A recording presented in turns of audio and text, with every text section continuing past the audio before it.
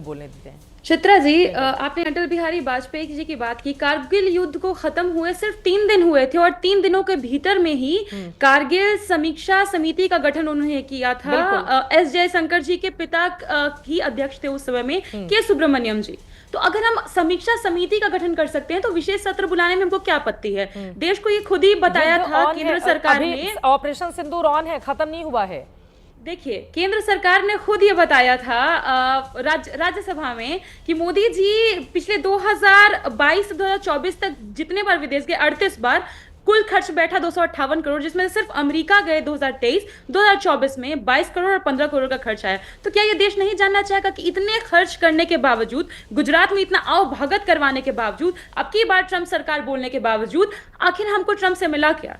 बार बार Trump और America हमारे संप्रभुता को नीचा दिखा रहा है, सवाल उठा रहा है। इतना ही नहीं, वहां के सेक्रेटरी ऑफ कॉमर्स हैं जो लुडविक जी, और वो लुटनिक जी, और वो बोल रहे हैं बार बार कि भारत रूस से हथियार लेता है, मिलिट्री के सामान लेता है, ये बात अमेरिका को चुभती है। वो होता कौन है भारत पर ये सवाल उठाने वाला? और आखिर जब बार बार 15 दिनों के भीतर 13 बार ट्रंप ने टैरिफ की बात की, ट्रेड की बात की, तो आखिर हमारे प्रधानमंत्री जी इतनी हिम्मत क्यों नहीं जुटा पा रहे हैं कि वहां के राष्ट्रपति को जवाब वो स्वयं दें? आखिर उनको किस बात का खतरा है? इसके अलावा जब सीडीएस के अनिल चौहान जी ने ये बातें उठाई तो ये बातें विपक्ष से क्यों छुपाई गई? क्या ये हमें जानने का अधिकार नहीं है? अगर मोदी जी को हर राजनीतिकरण करने का समय है, अपनी नसों में गर्म सिंदूर दौराने का समय है, घर घर सिंदूर बंटवाने का समय है, तो क्या विशेष सत्र जरूरी नहीं है? उसके लिए समय नहीं निकाला जा सकता है? बंटवा रही है बीजेपी, फेक न्यूज थी वो। देखिए चित्रा जी, वो न्यूज अगर फेक थी तो 10 दिनों तक सभी चैनल ने उसको क्यों चलाया? क्या चैनल्स फेक न्यूज फैलाना चाह रहे थे? जो प्रवक्ता आपके बगल में बैठे ना, के शर्मा जी, इनका भी वीडियो है, ये भी कह रहे थे हमारे लिए गर्व का बात है, हम बांटेंगे घर घर सिंदूर। ये भी बोल करके गए थे। इसके अलावा क्या हम नहीं जानना चाहेंगे कि अगर हमारे जितने भी डेलीगेट्स को यहां से भेजा गया, बार बार हम ये बात कर रहे हैं कि हम मेंबर्स ऑफ पार्लियामेंट को बाहर भेज रहे हैं, हमको जरूरत ही क्यों पड़ी? पहला सवाल ये है। अगर हम इंटरनेशनल ओपिनियन को अपने तरफ मोड़ पाते तो हमको जरूरत ही नहीं पड़ती। हमारी विदेश नीति कहां फेल हुई? अरे 1994 में भी जब कांग्रेस पार्टी की सरकार थी, भेजा गया था। 2008 में भी जब मनमोहन सिंह मुंबई हमलों के बाद एक डेलीगेशन गया था। ये समय समय पर भेजा जाता रहा है प्रियंका भारती जी। ये नरेंद्र मोदी अपनी सहूलियत के हिसाब से नई नियम बना देते हैं। ये भेजा जाता रहा है। एक वक्त पर जब कांग्रेस की सरकार थी, अटल बिहारी वाजपेयी विपक्ष के सबसे बड़े चेहरे के तौर पर गए थे। 94 की मैं बात कर रही हूँ, और सलमान खुर्शीद भी उनके साथ थे।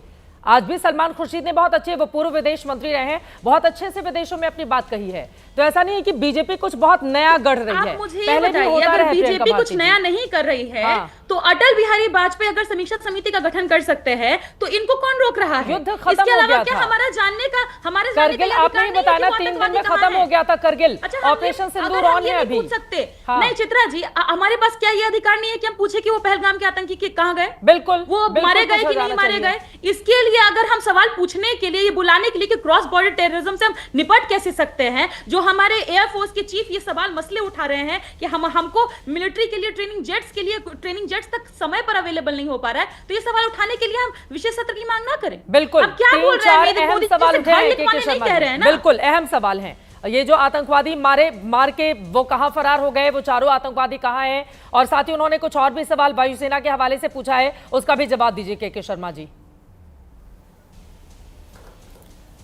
नहीं, मैं तो बस इतना ही कहूँगा, कह लो वो जितनी बातें बोली हैं वो तो खुद ही जलेबी बनती चली गई। खुद ही नहीं समझ में आया कि पूछ क्या रही हैं, बता कर रही हैं। आप उनको बता रहे हैं कि ऑपरेशन सिंदूर ख़त्म नहीं हुआ है, तब से वो युद्ध ख़त्म हो गया की बात करने लगी। मुझे समझ नहीं आ रहा, थोड़ा स्पष्टता के साथ आए तो अच्छा लगे। लेकिन मैं एक जवाब देना चाहता हूँ।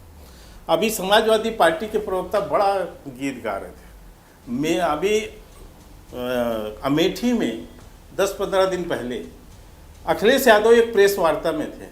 उनसे पूछा गया कि भाजपा तिरंगा यात्रा निकाल रही है विजय की, तो उस पर आप क्या कहेंगे? तो उनका जवाब क्या था जानती हैं चित्रा जी? ये आप लोगों ने सबने चैनल में चलाया है। उन्होंने कहा विजय तो जीत की होती है, सीज की थोड़ी ना होती। तो अखिलेश यादव तो ये मानते ही नहीं कि भारत की विजय हुई है। वो तो कह रहे हैं कि जीत की विजय होती है, सीज की नहीं होता। तो अब मैं जनता के विवेक पे छोड़ता हूं कि पाकिस्तान का दरबारी कौन है।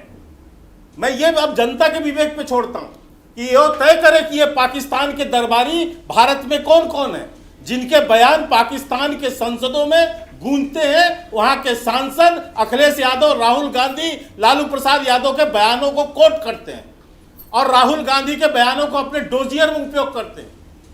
तो इनसे एक बार पूछिए। लेकिन मैं इसके अलावा भी दो चीज और कहता हूं कि आज इतनी जो व्याकुलता, इतनी दिशाहीनता जो विपक्ष की हो गई है, इस डर से कि अपनी विश्वसनीयता खो गए हैं लोग।